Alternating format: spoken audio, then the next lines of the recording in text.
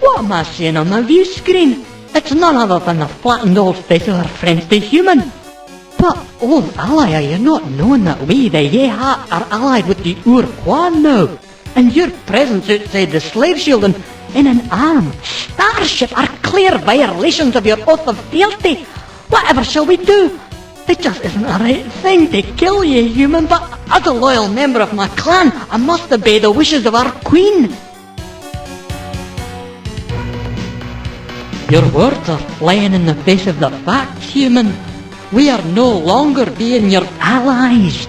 But unlike the nobles of our homeworld, we of the Starship clans are bereaved at this course of events. The Queen's decision to be joining the hierarchy pains us.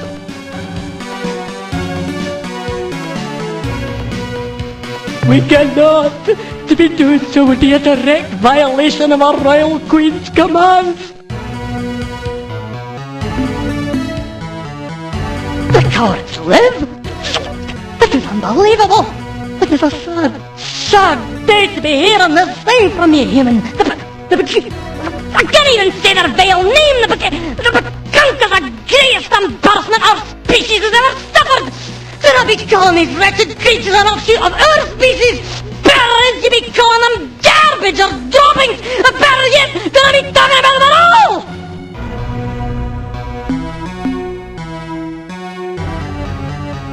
If this is being a true thing, there will be many changes, but we are a species long wise in the ways of deceit. You must be proving these words you say, Captain. Send the show fixed to us as a way of proof. We are scanning the separation of a vessel from your fleet, Captain, and indeed its configuration matches that of a show fixed scout vessel. This had better not be a trick, Captain. We are knowing the power of a glory device, and if you detonate the weapon near us, the price for you shall be dear. Very dear. The scout has docked, and we await the pilot's appearance at the airlock. The atmosphere cycle is complete. The door slides open, and... It's true! The show fixed the alive! Look at that fat muzzle, those shining black eyes, the sweet claws! Our children have returned from oblivion! But now we are faced with the cruelest truth. We who have sacrificed our honor, we who have lain with the enemy, we are not worthy. We are nothing. We are less than nothing. But wait, we're the Spathi. We're the Yehats of the Starship clans. We will not let this lie any longer. Listen, as I speak these words. If our queen makes the dishonorable command, then it is the queen who has no honor. And the dishonorable queen is no queen at all. We, the zeep-zeep, are the only clan who remember the true meaning of honor. We shall tear the queen from her throne. The 2,000-year reign of the zeep-zeep queens is over. The revolution has begun! Human. You shall never be fully comprehending the damage you're doing now to our Yehat culture. For fully 2,000 years there's been peace between the clans, and now you have cast the ancient seed of dissension between our beaks. The bloody wars of ascension are renewed, and you are the cause, Captain. While the zeep-zeep traitors may be your allies, Captain, I can be assuring you that we of the zeep-zeep Starship clan are wanting nothing more dearly than your death. Revolution? You compliment yourself unnecessarily, Captain. This is nothing more than a band of thugs trying to undo the peace of 100 generations. We will roast the traitors in their ships and crack the eggs in their clan homes so that never again will the zeep-zeep criminals be flying through our stars. The pain and suffering of this useless conflict are being nothing but a tragic waste of life. Congratulate yourself, Captain. The source of all this death and misery is yourself. Now ye must pay for your crimes, human! Welcome to you, human friend and ally. The revolution has begun and clans flock to our cause.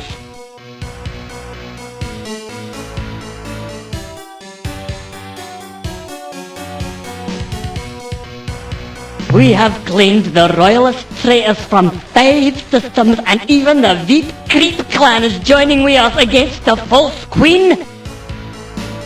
The cowards live? This is unbelievable! This is a sad day to be hearing this thing from you, human. I can't even say their vile name! The skunk is the greatest embarrassment our species has ever suffered! Do not be calling these wretched creatures an offshoot of our species! Better is you be calling them garbage or droppings! Better yet, do not be talking about them at all!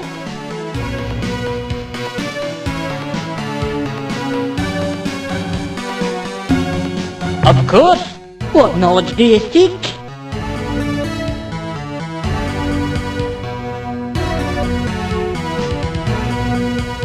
As we abandoned the Shufixti to the oncoming Urquan Armada, we watched the situation on our sterile displays of our long-range sensors. Suddenly the screens flared and went black, burned out.